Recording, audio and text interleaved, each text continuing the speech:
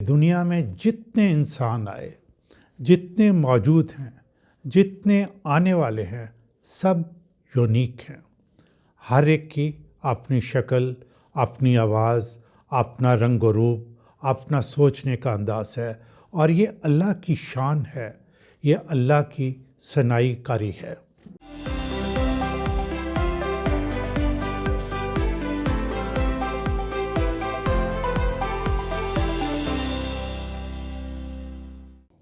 السلام علیکم، آپ خالد اقبال یوٹیوب چینل دیکھ رہے ہیں۔ ناظرین، سرزمین شام سے 50 سالہ ظلم اور بربریت کا دور ختم ہوا۔ ناظرین، عرب کی سرزمین کے لیے سب مسلمانوں کے دلوں میں ایک نرم گوشہ ہے۔ وجہ یہ انبیاء کی سرزمین ہے، اور ہم مسلمان رنجیدہ ہو جاتے ہیں جب بھی عرب ممالک سے کوئی افسوسناک خبر آتی ہے۔ میں سمجھتا ہوں کہ ہمیں ماضی کی بجائے حال میں رہنا چاہیے اور مستقبل پر نظر رکھنی چاہیے۔ پسند اور ناپسند کا انحصار حقائق اور اعلیٰ انسانی قدروں پر ہونا چاہیے۔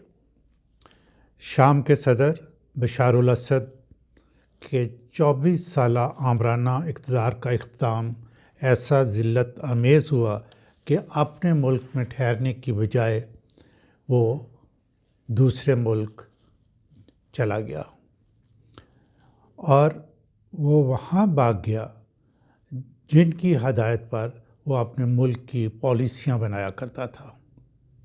اپنے خاندان سمیت ماسکو پہنچا، اور میڈیا کے مطابق ماسکو نے انسانی ہمدردی کی بنیادوں پر اسے خاندان سمیت سیاسی بنا دے دی ہے۔ اب وہ آزاد قیدی ہے۔ یہ قدرت کا انتقام ہے۔ وہ آزاد ہے، لیکن ایک قیدی سے بھی بدتر آزادی۔ اسے اقتدار ملا، لیکن اس نے اسے خود کھو دیا۔ کیسے؟ یہ بات جاننے اور سیکھنے کی ہے، خاص طور پر ان لوگوں کے لیے جو کہ برسر اقتدار ہیں۔ بشار الاسد کے بارے میں کچھ تفصیلات آپ کی نظر کرتا ہوں، لیکن پہلے عقل مندوں کی حماقتوں کی ایک اور کہانی سن لیں۔ جب اقتدار ملتا ہے تو انسان میں رونت آ جاتی ہے، عقل معاف ہو جاتی ہے۔ وہ دوسرے انسانوں کو انسان نہیں سمجھتا۔ وہ اپنے سے مختلف رائے رکھنے والوں کو گاجر اور مولی کی طرح کاٹ ڈالتا ہے، اور وہ یہ بھول جاتا ہے کہ دنیا میں جتنے انسان آئے، جتنے موجود ہیں، جتنے آنے والے ہیں، سب یونیک ہیں۔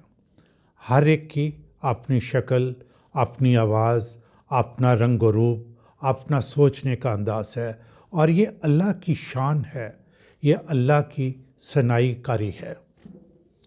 اقتدار رکھنے والا اللہ کے اس عظیم کام کے برخلاف سب کو اپنی ایک شخصیت میں ڈالنا چاہتا ہے کہ کوئی مختلف نہ دکھے، نہ کوئی مختلف بولے، نہ کوئی مختلف سوچے۔ بھلا یہ غیر فطری عمل کیسے ممکن ہے؟ اللہ ایسے اقتدار کی مسند پر بیٹھے کم ظرف، کم عقل لوگوں کی رسی عموماً دراز رکھتا ہے، اور جب کھینچتا ہے تو دنیا میں ذلیل و رسوا کر کے رکھ دیتا ہے۔ مجھے ناظرین اس وقت محمد رضا پہلوی یاد آ رہا ہے، جو اپنے آپ کو شہنشاہ ایران کہلواتا تھا۔ اس کو بھی اسی طرح اپنا ملک چھوڑ کر بھاگنا پڑا۔ یہ 11 فروری 1979 کی بات ہے۔ وہ اپنی فیملی سمیت جہاز میں تھا، اور کوئی ملک اس کو پناہ دینے کے لیے تیار نہیں تھا۔ آخرکار مصر کے اس وقت کے صدر انور سادات کو اس پر رحم آیا، اور اس نے انسانی ہمدردی کی بنا پر اسے پناہ دے دی۔ وہ اپنے کینسر کے علاج کے لیے مختلف ملکوں میں پھرتا رہا، اور آخرکار مرنے کے بعد قاہرہ میں دفن ہوا۔ 1941 سے 1979 تک ایران کا بادشاہ رہنے والا اپنے ملک میں دفن ہونا بھی نصیب نہ ہوا، 2 گز زمین بھی نہ ملی کوئے یار میں۔ شاہ ایران نے خفیہ فورس بنا رکھی تھی، کوئی شخص بھی اس کی پالیسیز کے خلاف یا یوں کہیں کہ مختلف سوچ رکھتا اسے اٹھا لیا جاتا۔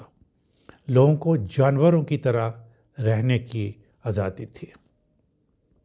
ناظرین، شام کے حالات مختلف نہیں تھے۔ بشار الاسد جب انگلینڈ میں آئی سرجن کی حیثیت سے کام کر رہا تھا تو وہ ایسا نہیں تھا۔ غالباً اس نے کبھی سوچا بھی نہیں ہوگا کہ وہ پالیٹکس میں آئے گا، کیونکہ اس کے باپ حافظ الاسد نے، جو کہ اس وقت صدر تھا، اپنے بڑے بیٹے کو سیاست کے لیے تیار کیا تھا۔ لیکن وہ ایک کار کے حادثے میں وفات پا گیا تو بشار الاسد کو انگلینڈ سے واپس بلایا گیا۔ یہاں مجھے اندرا گاندھی یاد آ رہی ہے، اس کے ساتھ بھی یہی ہوا۔ اس نے اپنے چھوٹے بیٹے کو سیاست کے لیے تیار کیا اور بہت بدنام اور ظالم تھا، لیکن وہ بھی مر گیا۔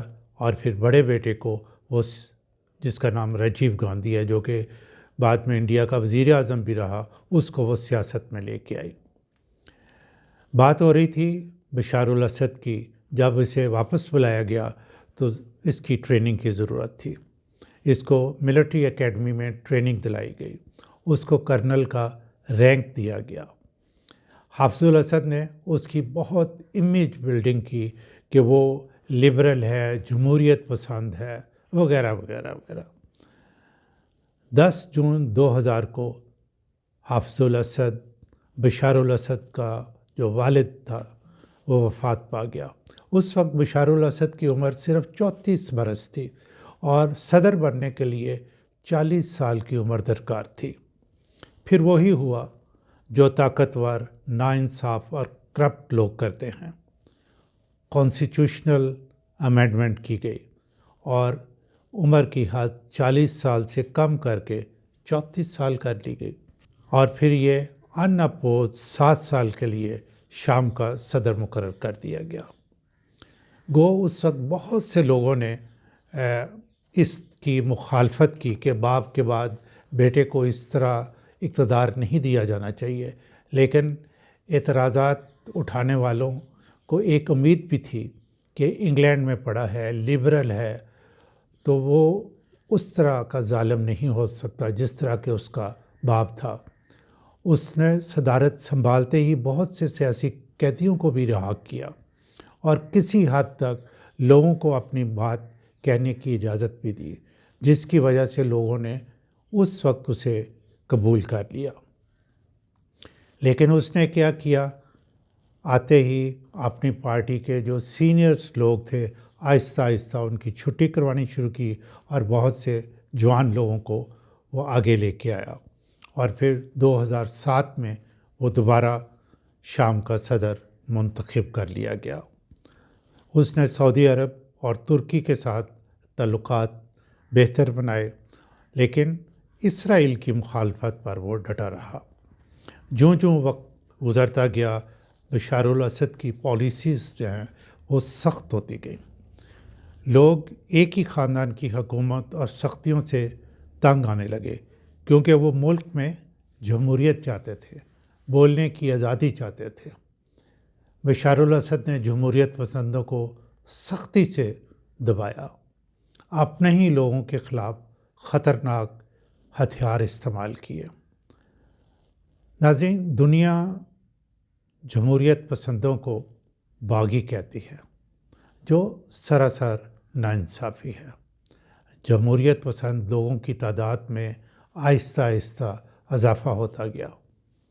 2012 میں شام میں سول وار شروع ہو گئی۔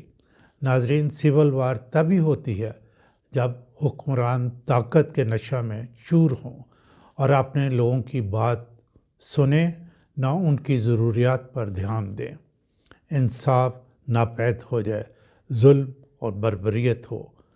جمہوریت پسندوں کی ترکی، سعودی عرب اور قطر نے مدد کرنا شروع کر دی، اور جو شام کی اس وقت کی گورنمنٹ تھی، ایران نے اس گورنمنٹ کی مدد کرنا شروع کر دی۔ اب جب دیکھیں کہ حالات خراب ہوتے ہیں تو کس طرح دوسرے ممالک کود پڑتے ہیں۔ شام کے لوگ گورنمنٹ سے باقاعدہ لڑنا شروع ہو گیا۔ بشار الاسد پر امریکہ، برطانیہ اور فرانس نے الزام لگایا کہ اس نے اپنے ہی لوگوں کے خلاف کیمیکل ویپنز استعمال کیے ہیں۔ رشیا، چائنا اور ایران نے عوام کے خلاف ملٹری ایکشن کی شدید مخالفت کی۔ ناظرین، یہ بات قابل غور ہے۔ جب کوئی گورنمنٹ اپنے ملک میں اپنے ہی لوگوں پر گولیاں برساتی ہے اور زندگی ختم کر دینے والے ہتھیار استعمال کرتی ہے تو دوسرے ممالک اور مختلف عالمی تنظیمیں اس ملک کے معاملات میں دخل اندازی شروع کر دیتی ہیں کیونکہ ان کو جواز مل جاتا ہے۔ انسانوں پر ظلم ڈھانے کی اجازت کسی کو نہیں دی جانی چاہیے۔ بے شمار ملکوں میں گورنمنٹس اپنے لوگوں پر مظالم ڈھاتی ہیں۔ دوسرے ممالک جو ہیں جیسے اسرائیل ہے، انڈیا ہے، وہ اپنے ساتھ والے ممالک کے لوگوں پر ظلم کرتے ہیں۔ لیکن شام کے حالات سے ہمیں یہ سبق سیکھنا چاہیے کہ اگر اپنی گورنمنٹ اپنے ہی لوگوں پر اختلاف رائے کی بنا پر گولیاں برسانا شروع کر دے تو ملک کی سلامتی خطرے میں پڑ جاتی ہے۔ ناظرین، شام میں یہی کچھ ہوا۔ 12-13 سال خانہ جنگی ہوتی رہی۔ آخر کار عوام، جن کو کہ یہ سارا دنیا کا پریس جو ہے وہ باغی کہہ رہا ہے، میں کہوں گا جمہوریت پسند عوام وہ جیت گئی اور ظلم کرنے والا اپنی جان بچا کر بھاگ گیا۔ اگر انصاف سے کام لیا ہوتا، لوگوں کی بات سنی ہوتی، لوگوں کو اپنے خیالات کا اظہار کرنے کی اجازت دی ہوتی، ملک میں موجود ریسورسز کی تقسیم ضرورت اور انصاف سے کی ہوتی، طاقت سے رونت نہ آئی ہوتی، رونت سے عقل معاف نہ ہوئی ہوتی، تو بشار الاسد کم از کم اپنے ملک شام میں آزادانہ گھوم پھر رہا ہوتا۔ عقل مندوں کے لیے شام کے حالات سے سیکھنے کے لیے بہت کچھ ہے۔ اب شام کا مستقبل کیا ہوگا، اس پر تجزیہ تو کیا جا سکتا ہے، لیکن وثوق سے کچھ نہیں کہا جا سکتا کہ کون کون سا ملک ان کے معاملات میں کود پڑے گا۔ وہ جنہیں باغی کہا جا رہا ہے، انہی کے ساتھ میز پر بیٹھ کر گفتگو کریں تو شام مزید نقصان سے بچ سکتا ہے۔ اللہ مسلمانوں پر رحم فرمائے۔